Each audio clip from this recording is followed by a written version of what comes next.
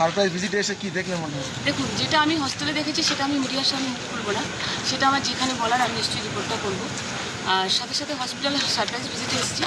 আমি দেখতে এসেছিলাম প্রচুর কমপ্লেন আসছে যে ডাক্তার থাকে না, রাত্রিবেলা 10টার পরে বেশিরভাগই কোনো সিনিয়র ডক্টর থাকেন না। আজকে আমি ইন্দ্রনীলবাবুকে সবসময় দেখতাম, উনি একজন খুব ভালো ডক্টর। আমি ওনার সম্পর্কে মিডিয়ার সামনে বলছিলাম, উনি ভীষণ ভালো একজন ডক্টর।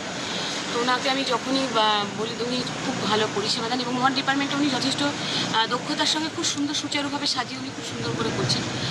আর সত্যি কথা বলতে আমার এই জেএনএম হসপিটালটা নিয়ে এত নোংরা করে রাখে, এত নোংরা প্রত্যেকটা জায়গা, এমন কোনো ডিপার্টমেন্ট নেই যে নোংরা নেই।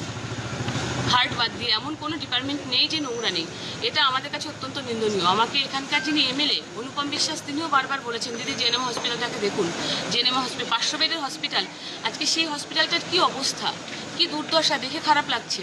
নোংরা হস্টেলে গেছি তো, হস্টেলটার কী অবস্থা, কী অবস্থা, ওখানে কোনো সিকিউরিটি নেই, কিছু নেই, একদম পুরো ওপেন টু অল, একদম ওপেন টু অল। এটা আমার কাছে অত্যন্ত খারাপ লাগছে। আমি এসেছি, আমি ইনভেস্টিগেশন আমি দেখে গেলাম সারপ্রাইজ ভিজিটে এসে। আমার যেখানে রিপোর্ট করা আমি নিশ্চয়ই একদিন এসেছেন? হ্যাঁ, আমি এসেছিলাম, আমি এসে গিয়ে রিপোর্ট করেছিলাম। আমি আজকে এসেছি, আগামী দিন আবার আসবো। এখানে রুগী পরিষেবা যাতে ঠিকমতো পায়, জেএনএম হসপিটালে বিভিন্ন প্রান্ত থেকে এখানে আসে জেএনএম হসপিটালে ট্রিটমেন্টের জন্য। তো সেখানে এসে মানুষ আমাকে দেখ, ভীষণ নোংরা হসপিটাল। আমি বারবার বলছি আমাদেরকে পরিষ্কার করাবেন, বারবার বলছি পরিষ্কার করাবেন। আমি হোস্টেলে যারা আছে, জুনিয়র ডক্টর যারা এখানে পড়ছে, স্টুডেন্ট যারা আছে, তাদেরকে আমি আজকে সারপ্রাইজ ভিজিটে এসেছি যে আমার ড্রেসটা দেখে বুঝতে পারছেন।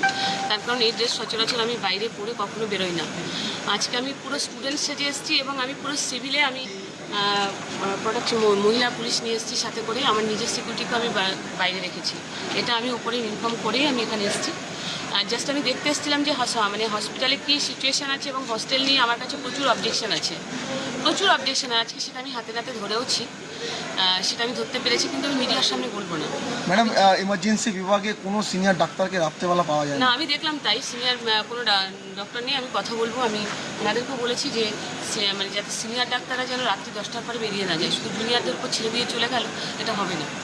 ওয়ার্ডের ক্ষেত্রে একই চিত্র দেখা যায়। একদম একদম। দেখুন, বিড়াল কুকুর সব জায়গায় দেখছি ঘুরে বেড়াচ্ছে একটা হসপিটালের গ্রাউন্ডের মধ্যে।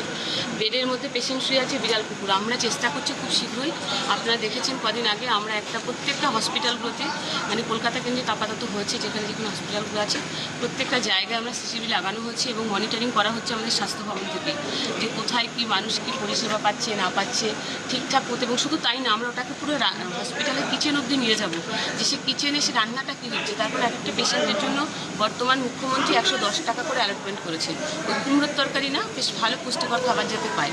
তো সেটাকেও আমরা মনিটরিং করার জন্য প্রত্যেকটা জেলা লেভেলে এবং ব্লক লেভেলে পর্যন্ত নামানো হচ্ছে। সেটা আমরা পুরো স্বাস্থ্য ভবন থেকে এগুলোকে মনিটরিং করবো যে কীভাবে কী হচ্ছে না হচ্ছে। ম্যাডাম, নাইট সেলটা থাকা সত্ত্বেও খোলা আকাশের নিচে বহু পেশেন্ট পার্টি তারা কিন্তু রাত কাটায় খুব কষ্টের সাথে, এটা কি বলবেন? এটা দেখুন, এটা আমি নিজে এসে আমি আজকে ঢুকেই দেখলাম যে অনেকে খোলা আকাশের নিচে কাটাচ্ছে। কেন কাটাচ্ছে আপনারা জানেন যে ভেতরে পরিকাঠামো ভীষণ খারাপ। দেখুন, বিগত সরকারটা, আমি কি বলবো, হেলথ ডিপার্টমেন্টের একজন মিনিস্টার হয়ে আমি সত্যি আমার নিজের খুব খারাপ লাগে। যেখানেই কাজ করতে যাচ্ছি ভীষণ মানে স্বাস্থ্য পরিকাঠামোর অবস্থা ভীষণই খারাপ, একদম শেষ করে দিয়ে গেছে, তলানিতে নামিয়ে দিয়ে গেছে। মানে সেটা নিয়ে বলার কিছু অবকাশ রাখে না। আমরা চেষ্টা করি, 2 মাস এসছি আমরা ক্ষমতায়, সরকার 2 মাস পরিবর্তনের সরকার তৈরি হয়েছে, 2 মাস 4 দিন হয়েছে। নিশ্চিন্তে থাকুন, ধীরে ধীরে সমস্ত পরিকাঠামো এমন বদলে যাবে। Thank you.